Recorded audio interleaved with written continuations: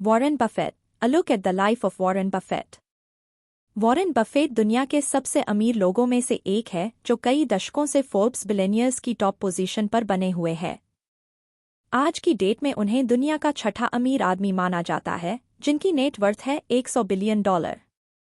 Buffett एक बेहद सम्मानित बिजनेस मैग्नेट और समाज सेवी है जो स्टॉक मार्केट के सबसे सक्सेसफुल इन्वेस्टर माने जाते रहे हैं। इन्वेस्टमेंट की फील्ड में उनकी बड़ी कामयाबी को देखते हुए बहुत से लोग बफेट की इन्वेस्टमेंट स्ट्रेटेजी को इन्वेस्टिंग के गोल्ड स्टैंडर्ड के तौर पर लेते हैं। बिजनेस की दुनिया में वो कुछ ऐसे खास प्रिंसिपल और फिलॉसफी पर चलते रहे जो दुनिया भर में एक मिसाल बन गई। दुनिया के कई एंटरप्रेन्योर उनकी बिजनेस स्ट्रेटेजी से काफी इम्प्रेस्ड रहे हैं। क्या आपके मन में भी वॉरेन बफेट की लाइफ की जर्नी और बिजनेस की दुनिया में उनकी इस कामयाबी का राज जानने की इच्छा है कि कैसे उन्होंने अपनी इन्वेस्टमेंट के बलबूते पर इतना बड़ा बिजनेस एम्पायर खड़ा किया?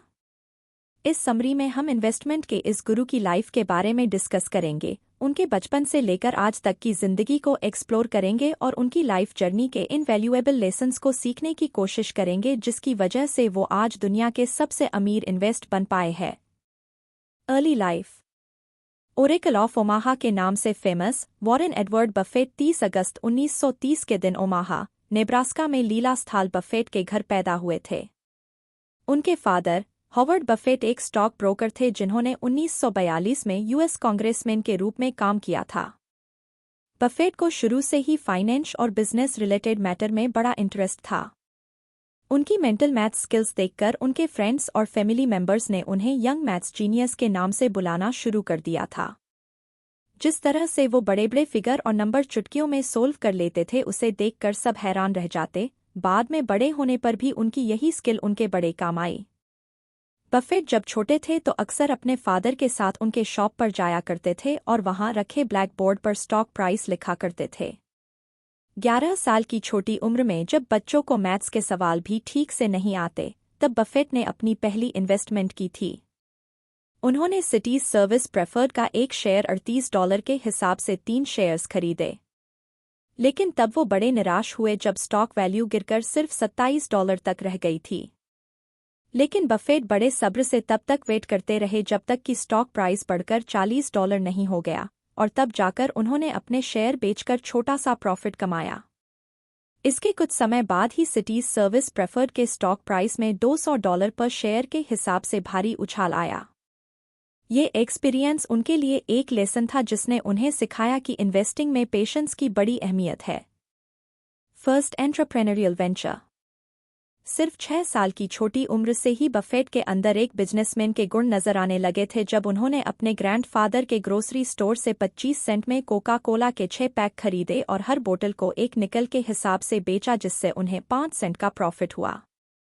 इसके 5 साल बाद ही बफेट ने सिटीज सर्विस प्रेफर्ड में इन्वेस्ट करके फाइनेंस की दुनिया में अपना पहला कदम रखा। हालांकि उन्होंने अपने शेयर कुछ ज्यादा ही जल्दी बेच दिए थे जिससे उन्हें प्रॉफिट कम हुआ था। 13 साल की उम्र में बफेट 2 बिजनेस मैनेज करने लगे थे, एक न्यूज़पेपर बेचने का और दूसरा हॉर्स रेसिंग टिप शीट का। ये वो साल था जब एक यंग टीनेजर के तौर पर उन्होंने अपना पहला टैक्स रिटर्न फाइल किया था। Buffett Woodrow Wilson high school, Washington, DC में पढ़ते थे और हमेशा ही पैसे कमाने के नए-नए तरीके सोचा करते थे। बफेट जब हाई स्कूल में थे तो उन्होंने अपने एक फ्रेंड के साथ मिलकर 25 में एक सेकंड हैंड पिनबॉल मशीन खरीद ली। उन्होंने इस मशीन को एक बाल काटने वाले सैलून में इंस्टॉल किया। कुछ महीनों बाद उन्होंने इतना प्रॉफिट कमा लिया कि अब वो ऐसी और मशीनें खरीद सकते थे। फिर जल्द ही 3 अलग-अलग जगहों पर उनकी मशीनें लग गई और फिर उन्होंने अपना ये जमाजमाया बिजनेस $1200 में बेच दिया। एजुकेशन। 1947 में वॉरेन बफेट ने 17 साल की उम्र में हाई स्कूल ग्रेजुएशन पास कर ली थी। शुरू से ही उनका खुद का बिजनेस स्टार्ट करने का सपना था तो उन्होंने कॉलेज जाकर आगे की पढ़ाई करने की ज़रूरत नहीं समझी क्योंकि उन्हें नौकरी नहीं करनी थी। पर फिर भी उनके फादर ने यूनिवर्सिटी ऑफ पेंसिल्वेनिया के वॉर्टन बिजनेस स्कूल में उनका एडमिशन करा दिया जहां वॉरेन ने सिर्फ 2 साल ही पढ़ाई की। बफेट अपने कॉलेज के टीचर से खुश नहीं थे और उन्हें हमेशा यही लगता रहा कि उनके पास प्रोफेसर से ज़्यादा नॉलेज है। यूनिवर्सिटी ऑफ पेंसिल्वेनिया छोड़कर उन्होंने यूनिवर्सिटी ऑफ नेब्रास्का लिंकन में एडमिशन ले लिया। अपनी पढ़ाई के दौरान वो फुल टाइम काम किया करते थे तो भी उन्होंने 3 साल में ही अपनी ग्रेजुएशन सक्सेसफुली कंप्लीट की। बफेट पहले की तरह ही ग्रेजुएशन की पढ़ाई के लिए भी मना करते रहे पर अपनी फैमिली के जोर देने पर उन्होंने हार्वर्ड बिजनेस स्कूल में एडमिशन ले लिया पर उन्हें वहां से टू यंग होने का रिजेक्शन लेटर मिला। निराश होकर उन्होंने फिर कोलंबिया यूनिवर्सिटी में अप्लाई किया तो उन्हें एडमिशन मिल गया। जाने-माने इन्वेस्टर बेन ग्राहम और डेविड डॉड कोलंबिया में प्रोफेसर थे। बफेट बेन ग्राहम को अपना मेंटोर मानने लगे थे जिन्होंने उन्हें इन्वेस्टिंग के अहम सबक सिखाए जिनकी बदौलत बहुत जल्द ही बफेट ने अपनी जिंदगी ही बदल डाली थी। Acquisition of Berkshire Hathaway a multinational conglomerate holding company. 1956 में बफेट ने अपने होमटाउन ओमाहा में अपनी पहली कंपनी बफेट पार्टनरशिप लिमिटेड की नींव रखी थी। जो टेक्निक उन्होंने अपने प्रोफेसर ग्राहम से सीखी थी उससे उन्हें बिजनेस चलाने में तो मदद मिली ही साथ ही उनकी खुद की बिजनेस स्किल्स उनके बड़े काम आई। उन्होंने बड़े आसानी से अंडर वैल्यूड कंपनीज को पहचान लिया था जो एक बड़े मार्जिन के साथ प्रॉफिट जनरेट कर सके यानी उनके एक यंग मिलियनेयर बनने की शुरुआत हो चुकी थी। उन्होंने बर्कशायर हैथवे नाम से एक स्ट्रगलिंग टेक्सटाइल कंपनी को खरीद लिया था। 1960 के शुरुआती दशक में उन्होंने इसके स्टॉक्स खरीद कर रखे और $10,000 की इन्वेस्टमेंट से शुरुआत की और 5 साल के अंदर उन्होंने कंपनी को खरीद लिया था। हालांकि बफेट पार्टनरशिप लिमिटेड एक बेहद सक्सेसफुल वेंचर रहा था पर 1969 में बफेट ने इसे बंद करके बर्कशायर हैथवे में फोकस करने का इरादा किया। उन्होंने टेक्सटाइल मैन्युफैक्चरिंग डिवीजन छोड़कर कंपनी को बढ़ाने के लिए अलग अलग इंश्योरेंस एसेट खरीदने शुरू कर दिए जैसे कि गवर्नमेंट एम्प्लॉइज इंश्योरेंस कंपनी, जिको, मीडिया, वाशिंगटन पोस्ट और ऑल इंडस्ट्री वगैरह। आज भी जिको कंपनी की इंश्योरेंस डिवीजन का सेंट्रल पार्ट है और कंपनी की बाकी इन्वेस्टमेंट में ये एक बड़ा सोर्स ऑफ कैपिटल रहा है। इस समय तक बफेट बेहद सक्सेसफुल बिजनेसमैन बन चुके थे और उनके बारे में मशहूर हो चुका था कि वो किसी भी नॉर्मल इन्वेस्टमेंट को सोने के भाव में बदल देते हैं। जैसे कि बदनामी के कारण चर्चा में रहे सोलोमन ब्रदर्स जिसे बफेट ने 1987 में खरीद लिया था। 1989 में जब बर्कशायर हैथवे ने कोका कोला में बहुत बड़ी इन्वेस्टमेंट की तो बफेट को कंपनी का डायरेक्टर बनाया गया। इससे पहले भी वो कई बिजनेस वेंचर और एंटरप्राइज के डायरेक्टर रह चुके थे जैसे Graham holding company, Citigroup global markets holdings और Gillette company. Berkshire Hathaway textile जो कभी घाटे में चल रही थी आज एक ऐसा पावरफुल बिजनेस ग्रुप बन चुका था जिसकी मार्केट वैल्यू $640 बिलियन से भी ज्यादा थी। बर्कशायर हैथवे का एक स्टॉक द क्लास जिसकी कीमत पर शेयर 400,000 से भी ज्यादा थी, पहले यही शेयर सिर्फ $12 का हुआ करता था जब बफेट ने कंपनी खरीदी थी। बफेट की एक्स्ट्राऑर्डिनरी बिजनेस स्किल्स और इन्वेस्टमेंट फिलॉसफी के चलते आज यही कंपनी दुनिया का सबसे बड़ा बिजनेस ग्रुप बन चुका था जो दिन ब दिन नई ऊंचाइयां छू रहा था। The investment philosophy of Warren Buffett. Buffett value investing की स्ट्रेटेजी फॉलो करते हैं जो बेंजामिन ग्राहम ने स्टार्ट की थी जिसे बफेट अपना मेंटोर मानते थे।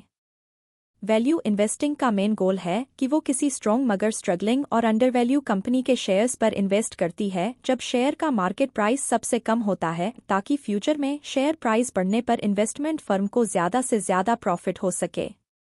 वैल्यू इन्वेस्टर्स ऐसी कंपनी ढूंढते हैं जिनके एसेट की अच्छी खासी वैल्यू होती है और जिनका पहले का ट्रैक रिकॉर्ड प्रॉफिटेबल रह चुका हो लेकिन जो फिलहाल स्ट्रगल कर रहे होते हैं। असल में ऐसा कोई सेट मेथड नहीं है जिससे किसी भी कंपनी की असली वर्थ का पता लगाया जा सके लेकिन कंपनी के फंडामेंटल के बेस पर एक एस्टीमेट कैलकुलेट किया जा सकता है। जैसे बार्गेन हंटर, वैल्यू इन्वेस्टर्स ऐसे वैल्यू के स्टॉक्स ढूंढते हैं जिन पर अक्सर ज्यादातर बायर्स का ध्यान नहीं जाता है। किसी कंपनी की वर्थ उसके स्टॉक प्राइस से तौलने के बजाय बफेट उस कंपनी की पोटेंशियल देखते थे कि वो फ्यूचर में कैसा परफॉर्म करेगी। बाकी ट्रेडर्स से हटकर उनका गोल कभी भी शॉर्ट टर्म प्रॉफिट में नहीं रहा बल्कि बफेट लॉन्ग टर्म के लिए स्टॉक्स में इन्वेस्ट करते थे क्योंकि उनका टारगेट ऐसी हाई क्वालिटी कंपनी की ओनरशिप पर रहता था जो फ्यूचर में ग्रो करके भारी भरकम प्रॉफिट जनरेट कर सके। किसी कंपनी में इन्वेस्ट करने के लिए बफेट ने कभी उसकी मार्केट वर्थ की परवाह नहीं की क्योंकि वो जानते थे कि एक बार कंपनी ग्रो करना स्टार्ट करेगी तो मार्केट खुद ही उसके क्वालिटी स्टॉक्स में इंटरेस्ट लेना शुरू कर देगा। ये वो फिलॉसफी थी जिस पर वॉरेन बफेट चलते थे और अपने पार्टनर को लिखे एक लेटर में उन्होंने इस बात को एक्सप्लेन भी किया था ये हमारी इन्वेस्टमेंट फिलॉसफी में मील का पत्थर है। कभी भी अच्छी सेल के भरोसे मत बैठो, बल्कि परचेज प्राइस इतने अट्रैक्टिव रखो कि एक नॉर्मल सेल से भी अच्छा रिजल्ट मिल जाए। वॉरेन बफेट किसी भी कंपनी में इन्वेस्ट करने से पहले जिनकी फीचर्स पर गौर करते थे, उन्हें नीचे समराइज किया गया है ताकि आपको भी कुछ टिप्स मिल सके। कंपनी की जबरदस्त परफॉर्मेंस, कैश फ्लो और रेवेन्यू का track record. Low debt to equity ratio. Company में पिछले 10 सालों से इंक्रीजिंग प्रॉफिट मार्जिन का ट्रेंड शून्य। कंपनी जो भी प्रोडक्ट बनाए, उनके मार्केट में कॉम्पिटिटिव एडवांटेज हो और उसमें किसी भी तरह का कॉम्पिटिशन फेस करने की एबिलिटी हो। Buffett likes to invest in his area of competence. 1985 में दिए गए एक इंटरव्यू में वॉरेन बफेट ने एफिशिएंट वैल्यू इन्वेस्टिंग का सीक्रेट शेयर किया। यानी उनके मुताबिक एरिया ऑफ कॉम्पिटेंस किसी भी बिजनेस की एक्चुअल वैल्यू डिसाइड करता है। ये बेहद ज़रूरी है कि स्टॉक्स में इन्वेस्ट करते वक्त हमें अपनी एक्सपर्टीज़ का पूरा फ़ायदा उठाना चाहिए, और ये चीज़ उस वक्त खास तौर पर ज़रूरी हो जाती है जब अपसाइड अपॉर्चुनिटी सामने आती है, जैसे कि वॉल स्ट्रीट किसी बिजनेस की एक्चुअल वर्थ से सिक्योरिटी को अंडर वैल्यू कर देती है। अगर आपको बिजनेस की उतनी समझ नहीं है तो आप शायद इस तरह की चीज़ें समझ नहीं पाएंगे। यही वजह है कि बफेट उसी बिजनेस तक सीमित रहते हैं जो उनकी समझ में आता है। ये उनका एक और बिजनेस मंत्र कहा जा सकता है। इतने बड़े बिजनेस टाइकून होने के बावजूद उन्होंने आज तक कभी फास्ट ग्रोइंग टेक्नोलॉजी की फील्ड में इन्वेस्टमेंट नहीं किया। वो इसलिए क्योंकि उन्हें लगता है कि वो इसकी उतनी समझ नहीं रखते हैं। साथ ही ये और कारण भी है कि ये फील्ड ऐसी है जो हमेशा तेजी से बदलती रहती है, और बफेट ऐसे बिजनेस में इन्वेस्ट करना पसंद करते हैं जो कम से कम 10 साल पुराना हो, ताकि इजीली ये एनालाइज किया जा सके कि कंपनी पहले कैसा परफॉर्म कर चुकी है। हिस्टोरिकल एनालिसिस उनकी इन्वेस्टिंग स्ट्रेटेजी का एक की फैक्टर रहा है। जैसा कि वो खुद कहते हैं, ऐसी कई चीजें हैं जिनको वैल्यू करने में मैं सक्षम नहीं हूँ।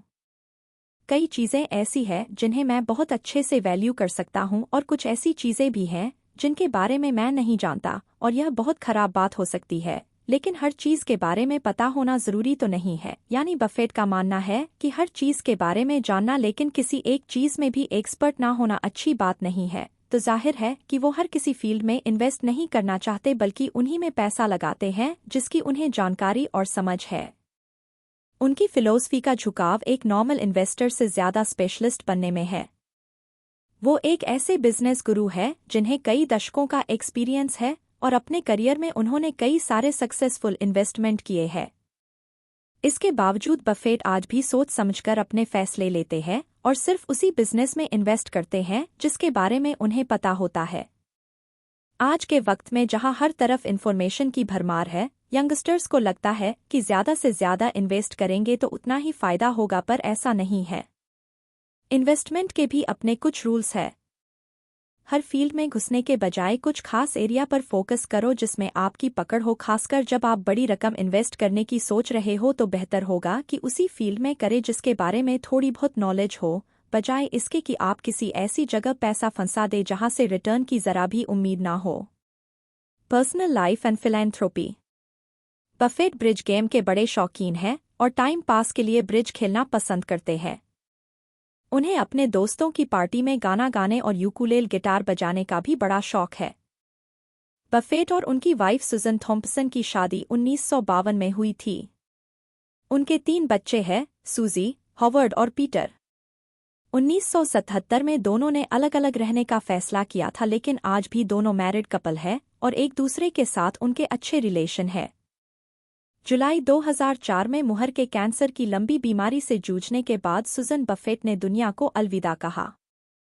फिर 2006 में अपने 76वें जन्मदिन पर बफेट ने अपनी लॉन्ग टाइम गर्लफ्रेंड और साथी 60 साल की एस्ट्रिड मिंक्स से शादी की। बफेट और एस्ट्रिड 1978 से साथ में रह रहे थे जब उनकी वाइफ उन्हें छोड़कर सैन फ्रांसिस्को रहने चली गई थी। दरअसल सुजन ने ही सैन फ्रांसिस्को में अपना सिंगिंग करियर स्टार्ट करने के लिए ओमाहा जाने से पहले उन दोनों की मुलाकात कराई थी। बफेट और सुजन की शादी एक ओपन मैरिज मानी जाती रही, क्योंकि अलग रहने के बावजूद दोनों ने कभी तलाक नहीं लिया था, और अपने दोस्तों को भेजे जाने वाले क्रिसमस कार्ड में वो हमेशा एक फैमिली तरह वॉरेन, सूजी और एस्ट्रिड लिखा करते थे। 2006 में बफेट ने अपनी 99% दौलत चैरिटी में देने का फैसला लिया क्योंकि उनका मानना है कि हम जो कुछ कमाते हैं सोसाइटी के उन लोगों को वापस देना चाहिए जो सबसे ज्यादा जरूरतमंद है। खुद उनके शब्दों में, अगर हम अपने claim check, Berkshire Hathaway stock certificate का 1% हिस्सा खुद पर खर्च भी करें तो ना तो हमारी खुशियां और ना ही हमारे ऐशो आराम में कोई बढ़ोतरी होगी, बल्कि उल्टा अगर हम 99% हिस्सा चैरिटी में देते हैं तो कई लोगों का भला हो सकता है और ये पैसा उनकी एजुकेशन और सेहत के काम आ सकता है। Warren Buffett lifestyle. क्या आप एक सिंपल लाइफ से तंग आ चुके हैं क्योंकि आपकी इनकम कम है, आपको स्टूडेंट लोन भरना पड़ता है या दूसरी फाइनेंशियल दिक्कतें हैं? लेकिन आप multi billionaire investor Warren Buffett की लाइफ से कुछ सीख सकते हैं, जिनके पास दुनिया भर की दौलत होने के बावजूद वो एक बेहद सिंपल लाइफ जीते हैं। ये बात बड़ी मशहूर है कि वॉरेन बफेट ऐसी लाइफ बिल्कुल नहीं जीते जैसा कि लोग किसी बिलियनर की लाइफ के बारे में सोचते हैं। ऐसा नहीं है कि हर बिलियनर बड़े से महल में रहता होगा या लग्जरी कार में घूमता होगा।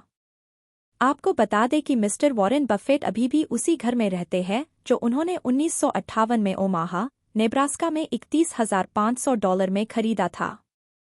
उन्हें इस घर से बड़ा लगाव है जहां उन्होंने अपनी वाइफ और बच्चों के साथ खुशहाल और यादगार लम्हे गुजारे हैं और इस घर के बारे में वो बेहद शौक से कहते हैं, मैं इसे किसी भी कीमत पर नहीं बेचूंगा।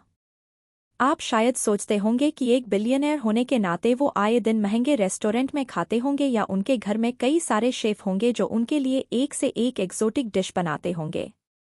लेकिन बफेट ऐसा कुछ भी पसंद नहीं करते, बल्कि ऑफिस से जाते हुए वो मैकडॉनल्ड्स में ब्रेकफास्ट करना पसंद करते हैं। उनके खास दोस्त और माइक्रोसॉफ्ट के ओनर बिल गेट्स ने अपने ब्लॉग में एक बार जिक्र किया था वॉरेन के बारे में। एक बात हैरान करने वाली है कि वो जो 6 साल की उम्र में खाते थे आज भी वही खाना पसंद करते हैं। गेट्स आगे लिखते हैं, वो अभी तक बेबी फूड से बाहर नहीं निकल पाए हैं क्योंकि आज भी वो ज्यादातर हैम्बर्गर, आइसक्रीम और कोक पसंद करते हैं। बीबीसी की एक डॉक्यूमेंट्री में उनकी बेटी सूजी ने बताया कि बफेट को कम प्राइस में ओल्ड कार खरीदना पसंद है और अगर कार थोड़ी बहुत डैमेज भी हो तो वो उसे ठीक करवाकर यूज कर लेते हैं। वो शो ऑफ करने में जरा भी यकीन नहीं रखते, इसलिए कभी भी महंगी गाड़ियां खरीदना उनका शौक नहीं रहा। ये और बात है कि वो चाहे तो एक से एक महंगी गाड़ी खरीद सकते हैं। वैसे ये एक बड़ी इंटेलिजेंट सोच है क्योंकि कार की रीसेल वैल्यू हमेशा कम होती जाती है। इसी तरह आज जबकि हमारी ज्यादातर पॉपुलेशन डिजाइनर सूट और महंगे जूतों की दीवानी है, वही बफेट आज भी सिंपल कपड़े पहनना पसंद करते हैं। उन्हें महंगे ब्रांड या लेबल का शौक नहीं है। उन्होंने एक बार बताया था कि उन्हें चाइनीज कपड़े बनाने वाली एंटरप्रेन्योर मैडम ली के बनाए सूट पसंद है क्योंकि उनकी फिटिंग बड़ी अच्छी होती है, क्योंकि यही एक ऐसी चीज है जो वो कपड़ों में देखते हैं। बफेट की सिंपल लाइफस्टाइल बाद में बिल गेट्स ने भी कंफर्म की थी कि कैसे एक बार बफेट ने मैकडॉनल्ड्स में पेमेंट करने के लिए कूपन यूज किए थे। ये इस बात का सबूत है कि बिलियनर लोग भी पैसे बचाने के मौके ढूंढते हैं, बेशक चाहे वो कितनी भी महंगी लाइफ अफोर्ड कर सकते हो। आज की इस ब्रांड कॉन्शियस सोसाइटी में बफेट जैसे बिलियनर हर उस इंसान को सीख देते हैं जो महंगी चीजों के पीछे भागते हैं और इंसान की हैसियत उसकी चीजों से तौलते हैं। लाइफ में महंगी चीजें किसे अच्छी नहीं लगती, लेकिन ब्रांड और लेब इंसान की असली पहचान नहीं है। ना ही महंगी चीजों पर खर्च करने से हमारे अंदर अच्छे वैल्यूज और संस्कार आते हैं। सिर्फ महंगी लाइफस्टाइल का मतलब अच्छी जिंदगी नहीं है और इस बात को बफेट अपने शब्दों में कुछ इस तरह कहते हैं, अक्सर ऐसा होता है कि इंसान जायदाद का मालिक नहीं बल्कि दौलत हावी होकर मालिक को गुलाम बना देता है। अच्छी सेहत के अलावा एक और चीज है जिसे मैं सबसे ज्यादा अहमियत देता हूं और वो हैं दिलचस्प और पुराने दोस्त। कंक्लूजन। ऐसे लोग जो बिजनेस की दुनिया में नाम कमाना चाहते हैं, उनके लिए बफेट के उनके पार्टनर को लिखे लेटर पढ़ना और उनकी इन्वेस्टमेंट की रिच हिस्ट्री के बारे में जानना काफी वैल्यूएबल लेसन सिखा सकता है। जैसे कि हर फील्ड में इन्वेस्टमेंट करने से अच्छा है कि ऐसी फील्ड तक सीमित रहो जिसकी आपको पहले से नॉलेज है। किसी नई कंपनी की इंट्रिंसिक वैल्यू यानी उसके एसेट की असली वैल्यू क्या है का पता करने के लिए उसके ऑफिशियल पेपर और डॉक्यूमेंट देखो ताकि कंपनी की फाइनेंशियल स्टेटस का पता चल जाए और स्टॉक्स उसी वक्त खरीदो जब वो मार्केट में सबसे लो प्राइस पर बिक रहे हो। फिर पूरे पेशेंस के साथ स्टॉक्स होल्ड करके रखो जब तक कि प्राइस बढ़ नहीं जाती। बात जब इन्वेस्टमेंट की हो तो हम दुनिया के सबसे अमीर इन्वेस्टर से काफ़ी कुछ सीख सकते हैं जो इतने सक्सेसफुल होने के बावजूद आज भी सोच समझकर इन्वेस्ट करते हैं और उन्होंने ये फैसला किया है कि वो अपने टोटल प्रॉफिट का 99% हिस्सा चैरिटेबल ट्रस्ट को देंगे।